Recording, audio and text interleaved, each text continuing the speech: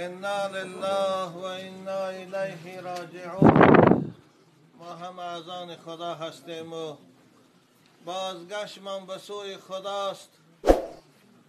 امروز برای خاطر برای آخرین گسیلادیدن خواهر جوان مرگ که چون گل حالا ناشکفته و بوی خوش برای جامعه ناداده با شمال مرگ خزان شد. در وقتی هم خزان شد که از خود طفل نوزاد را گذاشت، اما نتوانست با این طفل نوزاد خود پستان در دهان گذارد و یا او را آغوش کند و نوازش کند. با این چشم پوشیده به سوی خدای خود روان است. اولا برای شوهرش و خویش تبارش، برای پدر و مادرش این مصیبت درونسوزه، این مصیبت جانسوز تسلیت عرض میکنم. خداوند برایشان صبر جمیل نصیب گرداند و باقی مانده فرزنداشان در عمر دراز نصیب کند. جوانای عزیز، خواهری که الان بالای تابوت خواب است و الان میبینم روح او با چشمان پر اشک پر آب دیده به دخترکان خرسال خود تماشا دارد و حیران است که بعد از مرگ او دختران او چی کار میکنند. دخترچه هاش به خانه قبر روان است. اصل بخشی بگویند آه فرزندان دلبندت، بگردن کودکانت در بدر امروز یا فردا. اکنون دیگر این طفلکان خرسال مادر نمییابند که اونها رو نوازش کند و سر و روشان شوید. دیگر مادر نمییابد که اونها رو لباساشان عوض کند. دیگر چشمشان چار است که کی اونها رو مهربانی میکنه، کی اونها رو نوازش میکنه. خوب عزیزان من، این اجل از جانب خداست. خواهر ما شهید شد. زیرا پیغمبر خدا میگن کسی با بعد از تولد فرزند در حالت نفاس وفات کنه او شهید است. خدا خواهی شهیده شد. اما من برای شما جوانان یک نصیحت دارم. من دیگر برای یزده صحبت من دیگه فایده نداره. دیگه عروس او نه بچه میکند نه دختر، به همین تمام.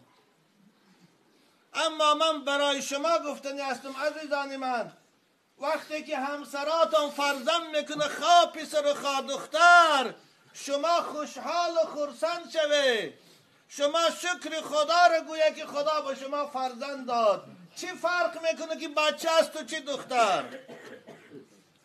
زیرا دادن بچه و دختر به اختیار مادر و پدر نیست، به اختیار آسمان خالقش است.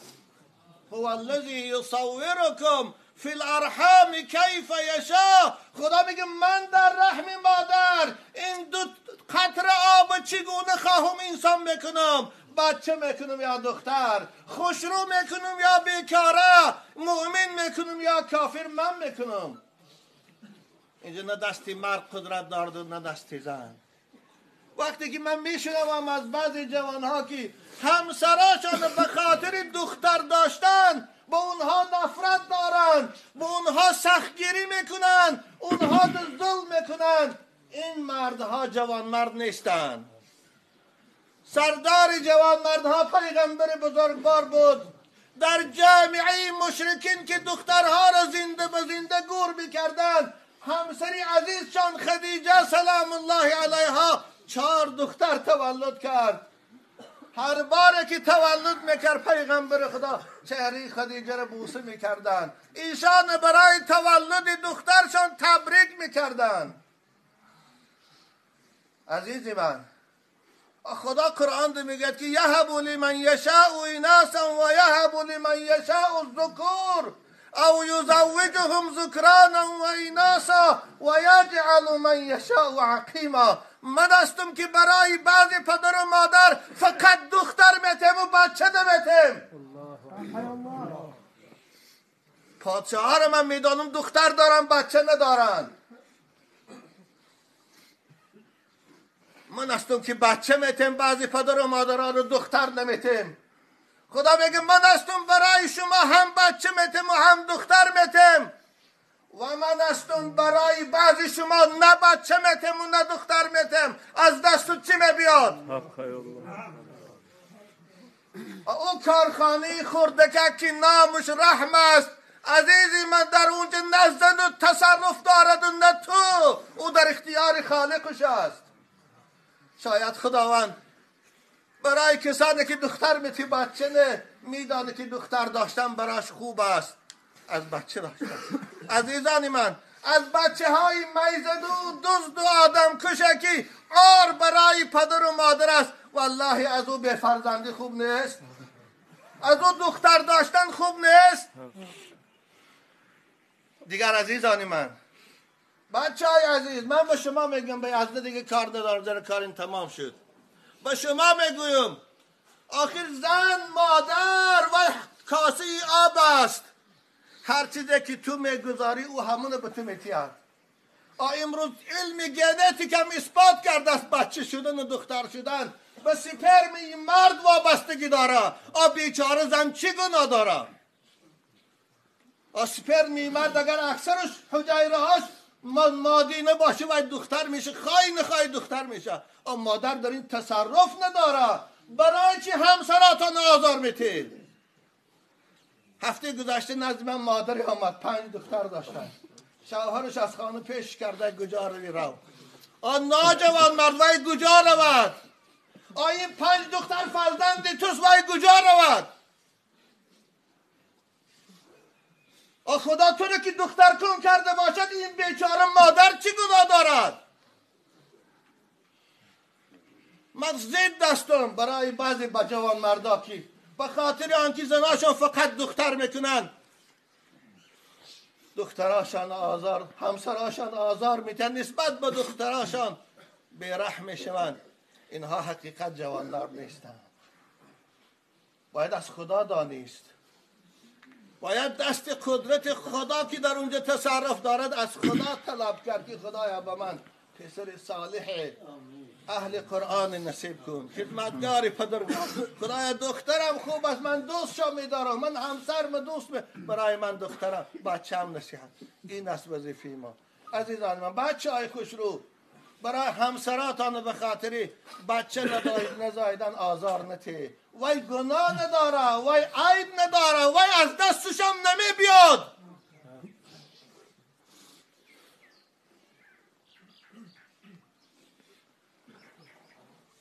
الان خواهر ما با حسرت روان است به قبرستان. وقتی که فرزند تولد کرد و چشمش چار بود که شوهرش میبیاد و او رو بوسه میکند و تبریک میکند، اما به خبر که شوهرش از اون نفرت دارد. برای تو من دختر کردی، یا الله. اکنون دیگر این همسر مهربانش نمییابد. من از ایشان خواهش میکنم او 5 دخترچه که خدا برای تو داده است اونها رو چون گل تربیت کن. اونها دیگر مادر مهربان ندارن. تو به جزات که رسیدی به این بیادابیت، اما دخترکات چون گل دوست داره تربیت کن.